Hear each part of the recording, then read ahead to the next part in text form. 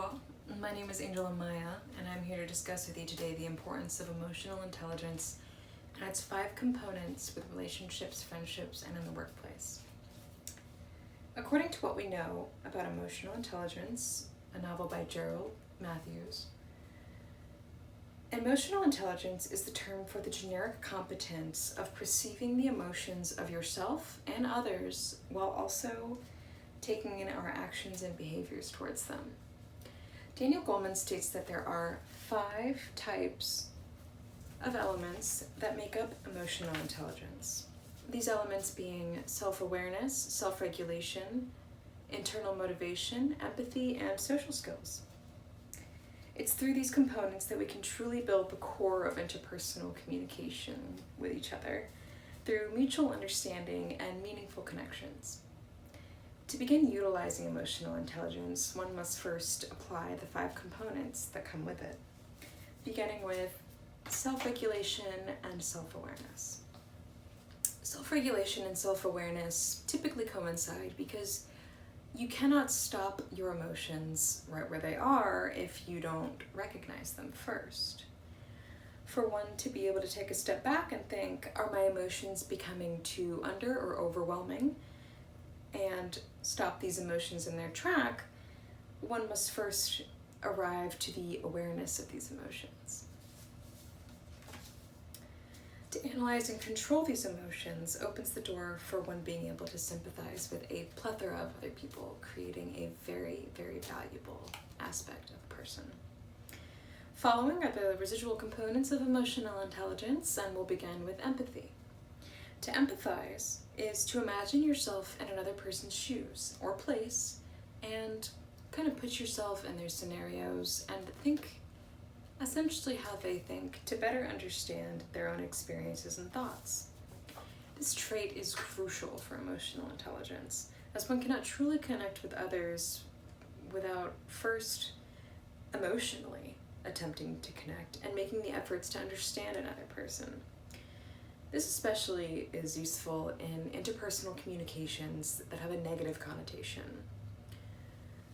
Through empathy, the user can develop their own sense of understanding and of the other person on a less miscommunicated level and help them meet the other person essentially halfway.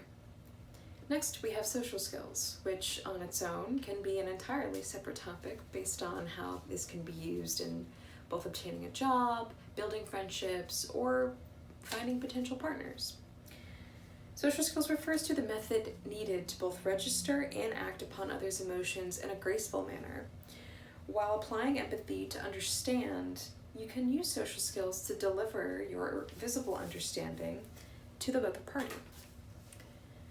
For example, through social skills, we'll use this for a scenario where you have 2 friends who state that they have differing opinions, but deep down you actually know that their opinion it coincides with one another as you have spoken to them both on a personal level.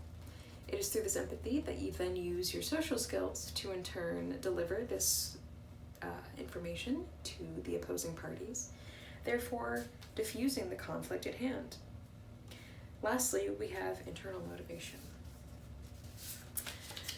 Internal motivation is the last element of emotional intelligence. It comes from the ability to carry out our initiatives and our commitments to accomplish something regardless of reward, and more so for the commitment to yourself. Motivation created through reward is not really given the same gusto or attention that we would give something as opposed to one that was for our own emotional gain or for the betterment of another party, as opposed to doing it for the financial reward. Internal motivation shows a huge growth in a person. It is understanding this difference that will allow you to create deeper and more meaningful relationships as opposed to ones that only benefit you. While on their own, each component brings a new level of understanding to individuals while enhancing your own ability to understand others and communicate. When all used in harmony, it creates the emotional intelligence that we all crave in partners, friendships, and coworkers.